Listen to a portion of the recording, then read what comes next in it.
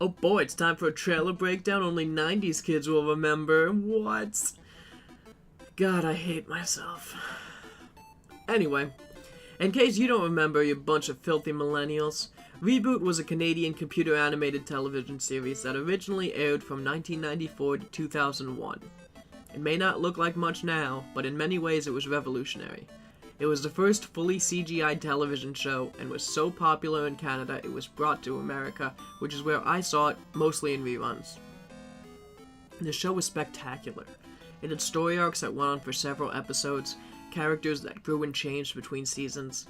It felt like something you shouldn't have been watching as a kid. Now, after literal decades of rumors and speculation, we finally have a trailer for a new Reboot series. Reboot: The Guardian Code. And it's coming to Netflix. This has got to be good. It's time to send Stop! I already hate this. This is either really good CGI, or this isn't CGI. Yeah, this is live action. Why would they do this? Who thought this was a good idea? Reboot was the first fully computer animated television show, and they just decided to ignore that legacy and go live action? I think that's a big mistake. Also, hey, how do we show that this guy is like an evil hacker? I don't know, let's just give him like 7 computers. Yeah, that'll work. Alright, let's just keep watching. Alan Turing High. Only the most tech-progressive school in the city. Alan Turing High? Really? Is that the best you could come up with? We all love Blade Runner, but come on. And in case you missed it the first time they say it, they show the school's name a lot in this trailer. In this scene, it's even on all the computer screens. They were really proud of that reference.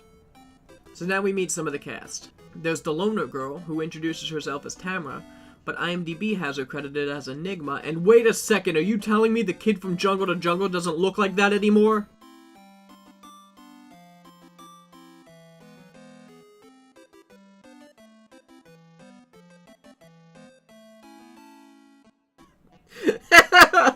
Oh, okay.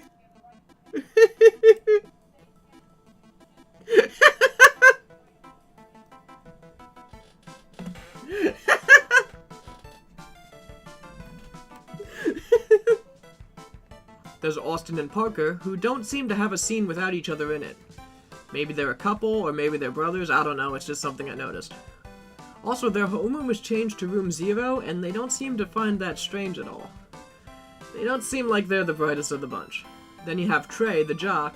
I know he's the jock because he has a basketball with him for most of his scenes. At about 40 seconds into the trailer, this happens. Guardians, your mission has commenced. Wait, who are you? They call me Vera. I'm the virtual, evolutionary, recombinant... She's an exchange student. Okay, so a lot just happened there. It turns out there is computer animation in this show. It seems really easy to pop in and pop out of that digital world. When they're in that digital world and somebody talks, it zooms in on their face like Iron Man, except it has that little Reboot logo in the corner to remind you, hey, this isn't Iron Man, this is their own thing. And finally, Vera. An artificial intelligence from the digital world that somehow came out into the real world and is dressed like an idiot, so you don't forget that she's not human. And they even do a joke that she's an exchange student. They tell the teacher that she's an exchange student. Wouldn't the teacher know there's a new student in the class?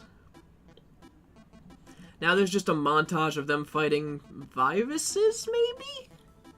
In the digital world. It looks fine. It didn't look terrible, but I think it should look better considering Netflix is the one footing the bill. Now things get really stupid. Megabyte. I reactivated you. I control you. Invade and infect.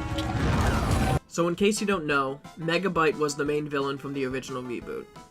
And since he said, I am reactivating you, that means this is a sequel and not a reboot. Excuse the pun. But that makes this so much worse.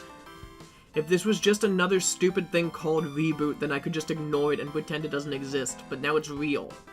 Now it takes place after what really happened in Reboot, and it matters. I never thought I would have been happier if they had just left Reboot dead, but doing nothing would have been better than this. That's it for this episode. I know this was pretty negative, but who knows, maybe if somebody out there doesn't have the love that I have for Reboot, then this would be a great jumping on point. Anything's possible. Thanks for watching. Let's get out of here.